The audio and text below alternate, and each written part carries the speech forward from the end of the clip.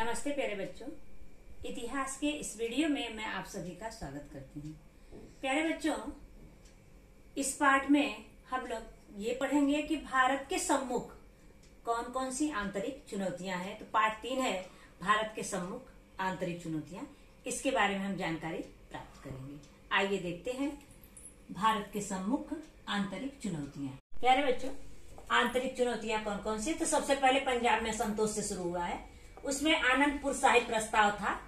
अकाली दल नामक राजनीतिक दल ने 1973 में यह प्रस्ताव पारित किया। इसमें निम्नलिखित मांगे थी।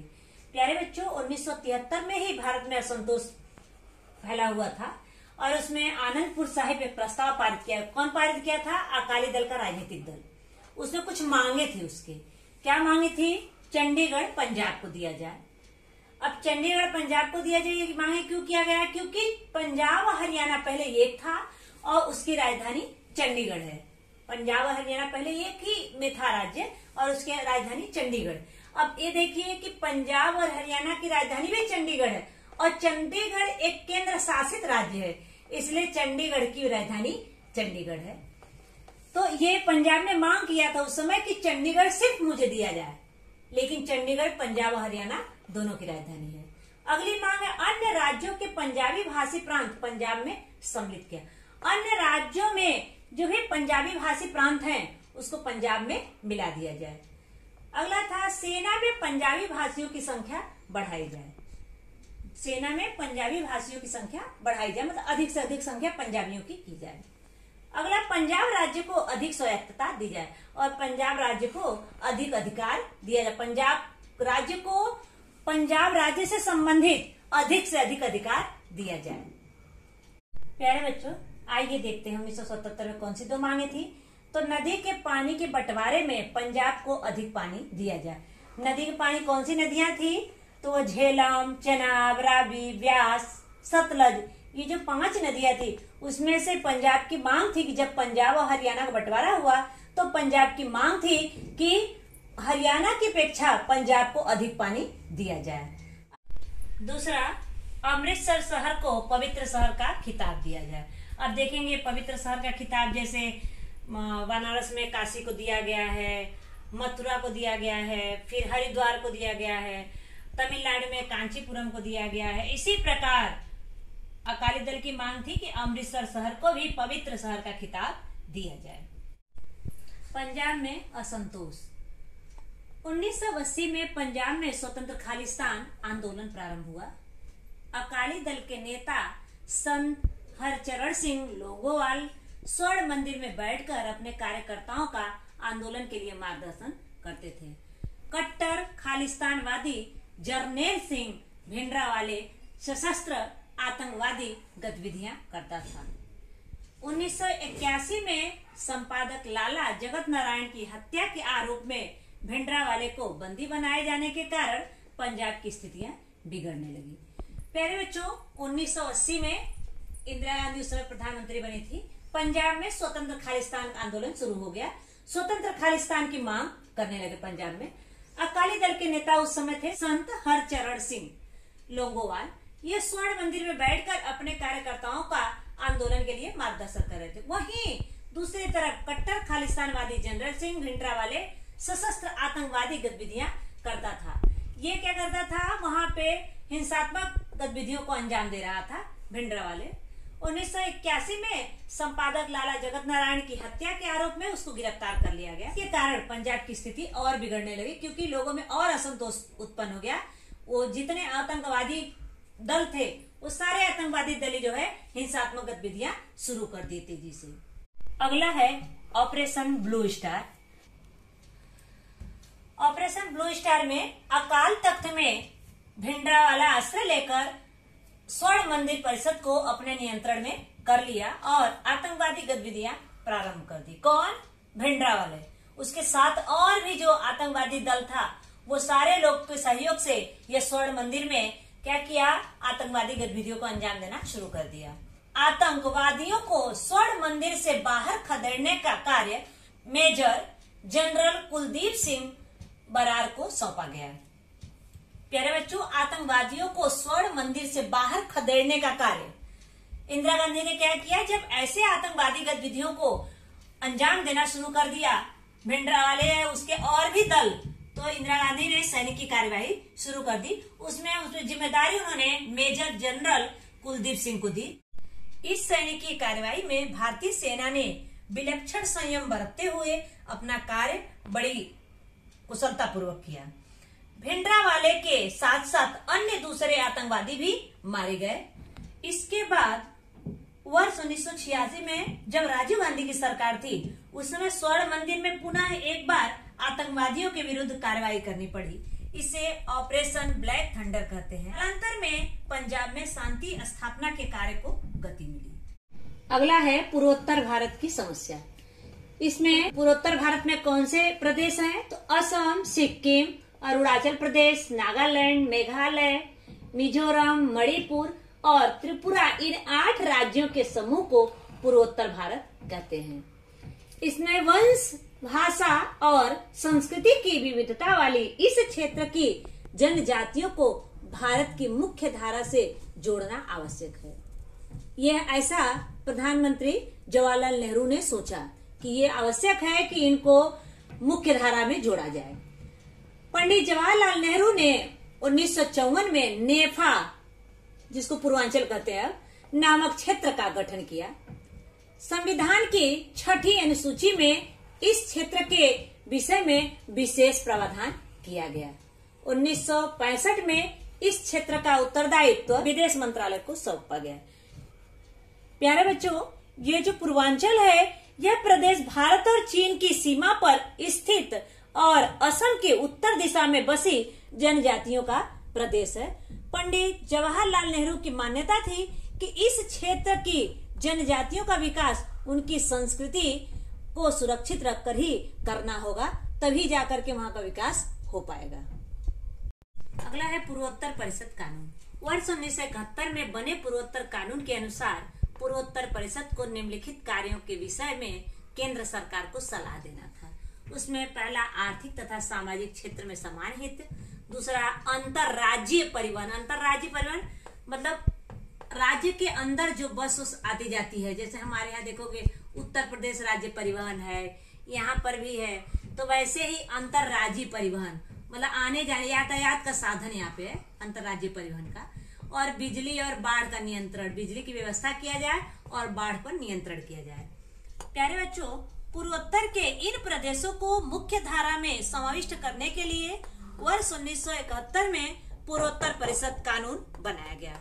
इस कानून के अनुसार पूर्वोत्तर परिषद के कार्य निर्धारित किए गए कि कौन कौन से कार्य हैं। आर्थिक तथा सामाजिक क्षेत्र के समान हित, हम लोग देखिए अभी समान हित, अंतरराज्यीय परिवहन, बिजली तथा बाढ़ नियंत्रण आदि संबंधी केंद्र सरकार को सलाह देना इस परिषद के काम थे। अगला, मिजोरम। मिजो बहुल लुसाई टीलों वाले क्षेत्र के जिलों को सरकार ने प्रशासनिक स्वायत्तता प्रदान की। भाषावार प्रांत रचना आयोग के गठन के बाद स्वायत्त मिजो प्रांत की मांग प्रारंभ हुई। 1959 में मिजोरम प्रदेश में पड़े भयंकर अकाल में लोगों की मदद करने वाले मिजो नेता लाल डेंगा ने 1961 में मिजो नेशनल फ्रंट नामक संगठन की स्थापना की। ग्रेटर मिजोरम की मांग करने वाले इस संगठन ने 1966 में स्वतंत्र मिजोरम राष्ट्र की घोषणा की। इस विद्रोह को विफल बनाकर तत्कालीन प्रधानमंत्री इंदिरा गांधी ने 1972 में मिजो बहुल क्षेत्र को संघ शासित का दर्जा दिया। प्यारे बच्चों, पूर्वोत्तर भारत की जनजातियों का अपना प्राचीन इतिहास है। भारत स्वतंत्र होने के पश्चात सरकार ने मिजो बहुल लुसाई टीलों वाले क्षेत्र के जिलों को प्रशासन संबंधी स्वायत्तता प्रदान कर दी। केंद्र सरकार ने वर्ष 1954 में भाषावार प्रांत रचना आयोग का गठन किया। मिजो नेताओं ने स्वायत्त मिजो प्रांत की मांग करना प्रारंभ किया। वर्ष 1959 में मिजो प्रदेश में पड़े भीषण अकाल में मिजो नेता लाल डेंगा ने आम जनता के लिए बहुत सारा कार्य किया, जिससे जनता उनसे प्रभावित हुई। 1961 में लाल डेंगा ने मिजो नेशनल फ्रंट, उसको कहते हैं संक्षेप में MNF, संगठन की स्थापना की। लालडेंगा ने त्रिपुरा, मणिपुर और लुसाई टीलों के मिजो बहुल प्रांतों के लिए ग्रेटर मिजोरम अर्थात स्वतंत्र राष्ट्र की मांग की। 1966 में मिजो नेशनल फ्रंट ने स्वतंत्र मिजोरम राष्ट्र अस्तित्व में आने की घोषणा की। प्रधानमंत्री इंदिरा गांधी ने इस विद्रोह को विफल बनाया। वर्ष 1972 में परिस्थिति सामान्य हो जाने पर मिजो बहुल क्षेत्र को संघ शासित प्रदेश का दर्जा दिया गया। संघ शासित यानी केंद्र शासित। वर्ष 1985 में प्रधानमंत्री राजीव गांधी और फ्रंट के बीच समझौता हुआ और मिजोरम को स्वतंत्र राज्य का दर्जा दिया गया। लालडेंगा मिजोरम राज्य के मुख्यमंत्री बने। उसको संघ शासित राज्य घोषित कर दिया गया। उनकी जो मांगे थी राजीव गांधी ने पूरा करके एक स्वतंत्र राज्य का दर्जा देकर वहां पे लालडेंगा को मुख्यमंत्री का कार्य दिया गया। अगला है इसमें पूर्वोत्तर भारत में नागालैंड की समस्या। उसमें 1946 में नागा नेशनल काउंसिल नामक संगठन की स्थापना हुई। आगामी जापू फिजू के नेतृत्व में इस संगठन ने स्वतंत्र नागालैंड राष्ट्र की मांग की। 1954 में एनएससी संगठन ने स्वतंत्र नागालैंड के स्थापना की घोषणा की। इसके विरुद्ध सैनिक कार्रवाई की गई। इस कार्रवाई के बाद एनएनसी और सरकार के बीच हुई बातचीत के परिणाम स्वरूप नागा बहुल क्षेत्र को संघ शासित प्रदेश का दर्जा दिया। यहाँ पे देखिए संघ शासित मतलब केंद्र शासित प्रदेश का दर्जा दिया गया। 1 दिसंबर 1963 को नागालैंड राज्य अस्तित्व में आया। प्यारे बच्चों, उस समय केंद्र सरकार में जवाहरलाल नेहरू थे प्रधानमंत्री। प्यारे बच्चों, नागा जनजाति की पहचान योद्धा जनजाति के रूप में बनी हुई है। पूर्व हिमालय, नागा टीले, असम तथा म्यांमार के सीमावर्ती क्षेत्र को नागा जाति की बस्ती है, वो माना जाता है। नागा जाति की बस्ती किसको किसको? पूर्व हिमालय, नागा टीले, असम तथा म्यांमार के सीमावर्ती क्षेत्र को। वर्ष 1946 में कुछ पढ़े लिखे नागा युवाओं ने नागा नेशनल काउंसिलिंग नामक संगठन की स्थापना की। संगठन बनाया उन्होंने ताकि संगठन बना करके हम काम, यार बच्चे जब हम अकेले कोई काम करते हैं, जैसे एक उंगली से कुछ करेंगे तो वो काम हम नहीं कर पाएंगे, लेकिन जब 5 उंगली बनती है तो एक मुट्ठी तैयार होती है। उसी प्रकार से 1 या 2 व्यक्ति कोई काम नहीं कर सकता, इसलिए उन्होंने एक संगठन बनाना शुरू किया और नागा नेशनल काउंसिल एनएससी संगठन के नाम से उसको जानते हैं। उसकी स्थापना की गई। आगे चलकर उन्होंने नागालैंड की स्वतंत्र राष्ट्र के रूप में मांग की। जब एक संगठन बना तो उन्होंने स्वतंत्र नागालैंड की मांग किया उस संगठन ने। उन युवाओं का नेतृत्व अंगामी जापू फिजो कर रहे थे।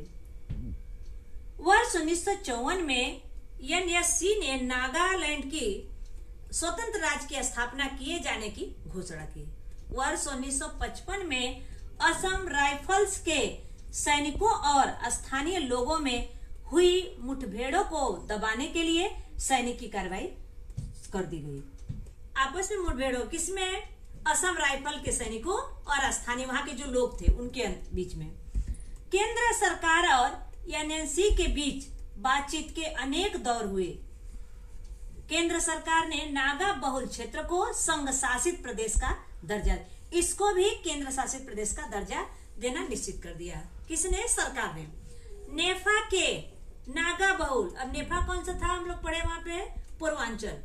नेफा के नागा बहुल क्षेत्र और सुयनसांग क्षेत्र को इकट्ठे कर 1 दिसंबर 1963 को नागालैंड राज्य अस्तित्व में आया। अगला है असम। बांग्ला भाषी और बांग्लादेशी घुसपैठियों का असम में प्रभाव बढ़ गया। बांग्लादेश के जो बांग्ला भाषी लोग थे, असम में उनका प्रभाव बढ़ गया। असम में अधिक से अधिक लोग आ गए। इस प्रभाव के विरुद्ध ऑल असम स्टूडेंट्स यूनियन और असम गढ़ संग्राम परिषद ने आंदोलन छेड़ा। केंद्र सरकार और असम नेता प्रफुल्ल कुमार महंतो के बीच घुसपैठियों के बारे में बातचीत हुई।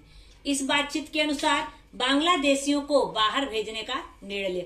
जो आए थे यहाँ पे उनको बाहर भेजने का निर्णय लिया गया। वर्ष 1986 में विधानसभा का चुनाव हुआ। महंतो मुख्यमंत्री बने। प्यारे बच्चों, वर्ष 1983 में असम में बांग्ला भाषी स्थलांतरितों जो स्थानांतरित हुए थे, इनके बढ़ते प्रभाव, जो बांग्लादेश से असम में आए थे, इनके बढ़ते प्रभाव के मुद्दे पर ऑल असम स्टूडेंट यूनियन और असम गण संग्राम परिषद ने तीव्र आंदोलन छेड़ दिया क्योंकि वहां संख्या बढ़ने लगी।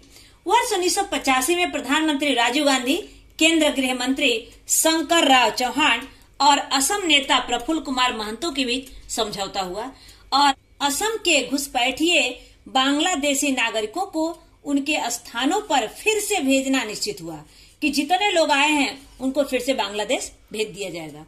वर्ष 1986 में असम विधानसभा के चुनाव हुए और असम गण परिषद के प्रफुल्ल कुमार महतो मुख्यमंत्री बने। इससे असम में शांति प्रस्थापित होने में सहायता प्राप्त हुई। अगला है अरुणाचल प्रदेश। वर्ष 1954 में नेफा क्षेत्र का निर्माण हुआ। इसी को वर्ष 1972 में अरुणाचल प्रदेश अर्थात उगते सूरज का प्रदेश कहा जाने लगा।